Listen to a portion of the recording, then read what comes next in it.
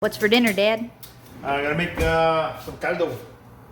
This is a beef soup, caldo de res, and we're using chuck roast. And because we like it so much, we're making a double batch. So I'm using two. I think they were like 3.5 to 4 pound to 5 pound chuck roast. Okay, so basically just cutting them to about good chunk size, good chunks. Usually about an inch by inch or whatever. Usually I'll get it and I'll cut it longwise and then I'll turn it and then cut them off in chunks. All right. So, and all I'm doing here is just kind of browning the meat. All right. And I'm just gonna throw a couple in here at a time.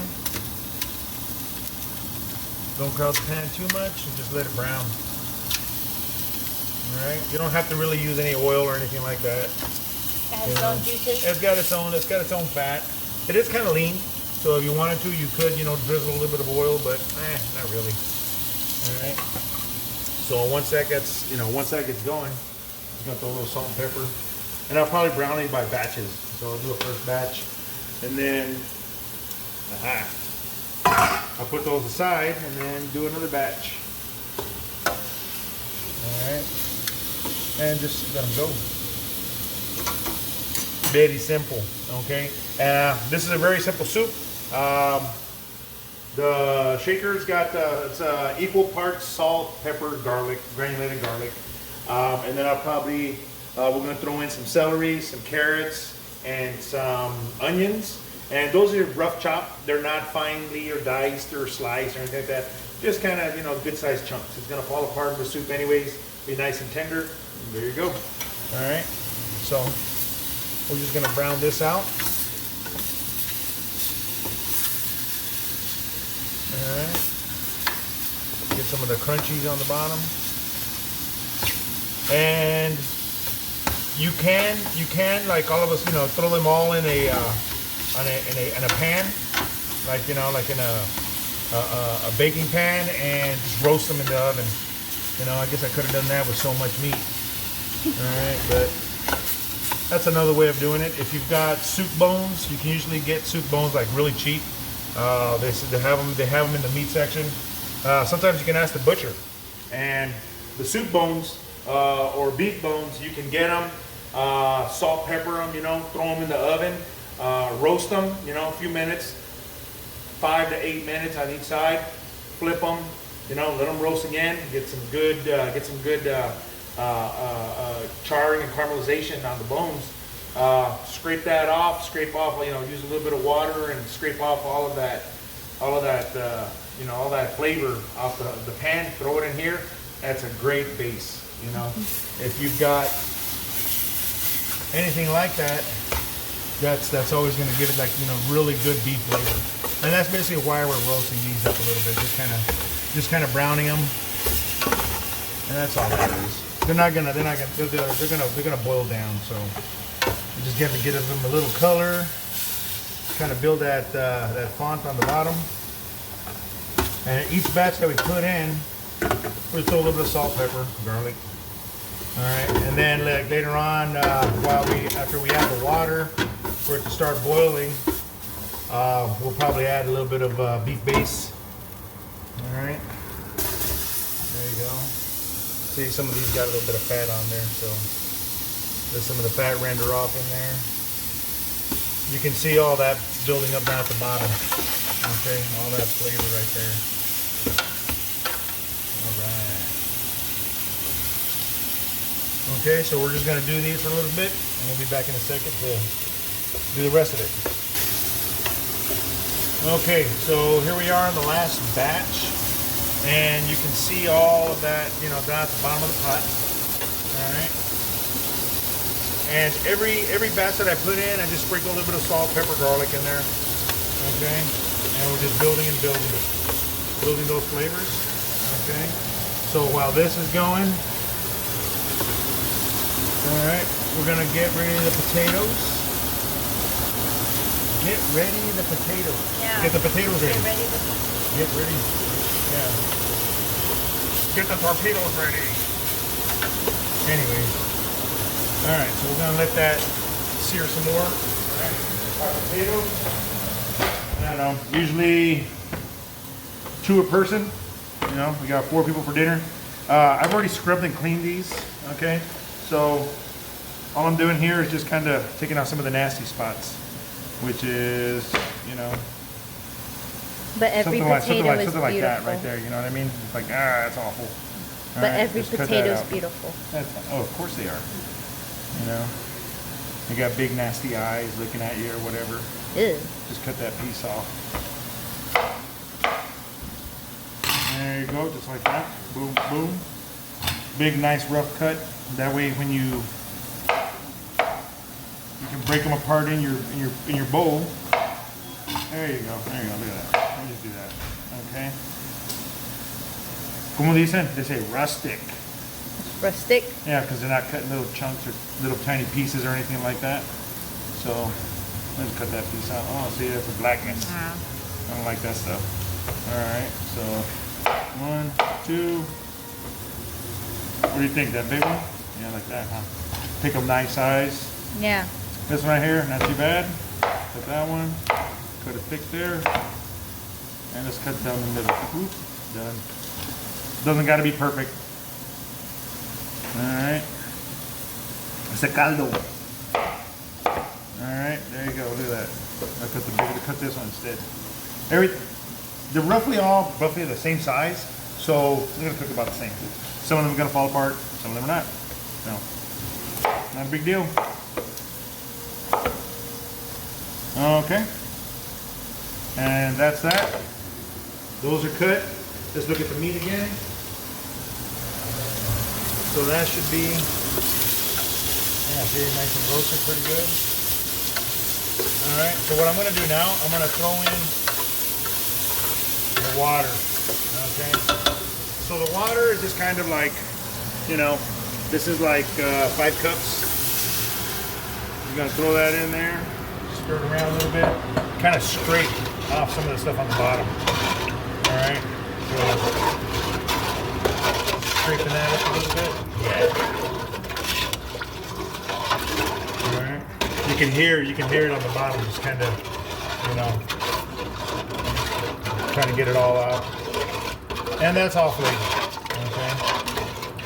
All right. So we're gonna build this up a little bit more, kind of get off everything that we can. All right. As this boils, we're gonna cook it for about maybe about 30-40 minutes. You know, so the meat can kind of soften up a little bit. And just usually about the last 30-40 minutes, that's where we're gonna throw in the vegetables, because we still want a little bit of, we don't want them soggy and mushy. We want the meat nice and fork tender, but we want the vegetables to be where you can cut it with the spoon. The potatoes where you can cut them nice, and they're still kind of hold their shape, still kind of hold, you know, they're still nice, you know. What I'm making is a big batch. This is gonna give us like, you know, 2 or 3 days worth of, you know, soup, you know, for dinner for a couple days, or, you know, whoever, leftovers. This is something that I can eat for a while, and you know, we'll do that. So we're gonna throw the meat in here, all the juices that, you know, kind of came out of it, and we're gonna put more water in there, bring it up to level to about you know, about an inch or 2 up above it. So this is a huge batch of caldo, you know. Great for the winter time. It's great for pretty much, you know, man, I like caldo in the summertime. Get dehydrated out in the sun and all that, you know, make a big bowl, heat it up, and basically you're hydrating yourself, you know. Plus you're getting all of this, you know, all of your electrolytes and all that kind of stuff. So this is roughly about, you know, 10 cups, and we're gonna add some base, a little bit more base to it. Okay, I'm gonna throw in about 3 tablespoons, 3 heaping tablespoons, and then from here I'll adjust it. If it's too salty, or it's like too rich, too thick, then I'll just add more water to it. Plain and simple, you know. And we're just gonna let this boil. We're gonna let this come to a boil, sit for about 30 minutes or so, Kind of let the beef break down. Let some of that, whatever fat, whatever, connective tissue is all there. We're gonna let it break down, okay? And we'll be back and check on it, and then we'll add the vegetables. Okay, so we've let this boil for about an hour and like 10 minutes or so, and we're just gonna check some of the meat, see how it's okay, see how it's kind of. Let's see here. Starting to fall apart. Ah, it's hot. So it's getting there. About another 30 minutes or so. And at this point, let's see here. Hot? Yeah. Yeah. Ooh. There's when we throw in the potatoes. Okay. In about 15-20 minutes, those will be soft. And this is when we throw in the vegetables. Onions, celery, and carrots. All right. And we're just gonna let it simmer for a little while. I'm gonna go about 40 minutes, and then we'll come and check it. Okay. All right. And we'll go from there, and we'll see how it comes out. One more thing. This will probably be a good time to taste it to make sure the salt, all the different levels are there. Okay. So we're just gonna give it a little taste here. Okay, and that's about good for me. Okay, I'll probably put a little bit more salt, so it's gonna be you want to taste this all the time. Okay, some of the carrots are gonna let off a little sweetness, and the celery, the potatoes are gonna soak up some salt. So as you go through, just kind of every now and then, just taste it, see, make sure it's to your liking. If it's too salty, add more water. If it starts, because you have to remember, as it's cooking down and as a lot of the liquid is starting to evaporate, it's going to intensify a lot of the flavor. So it is going to be salty. I had meat sticking. Yeah. It was pretty funny. I was like, oh, wait a minute. Okay, so we're just going to let this cook down a little bit. I'm going to say about 40 minutes. And then everything should be ready, and we'll give it a taste, and we'll see how it goes from there, all right? Okay. So now we're sitting at about, I think, roughly 2.5 hours, and everything looks like it's cooked down a little bit. We're gonna check some of these potatoes here. Now let's get a good one here. Okay, that'll work. All right, and as you can see, the fork just goes right through it. So that's cooked all the way through. That's cooked all the way through. The carrot cuts nice and easy.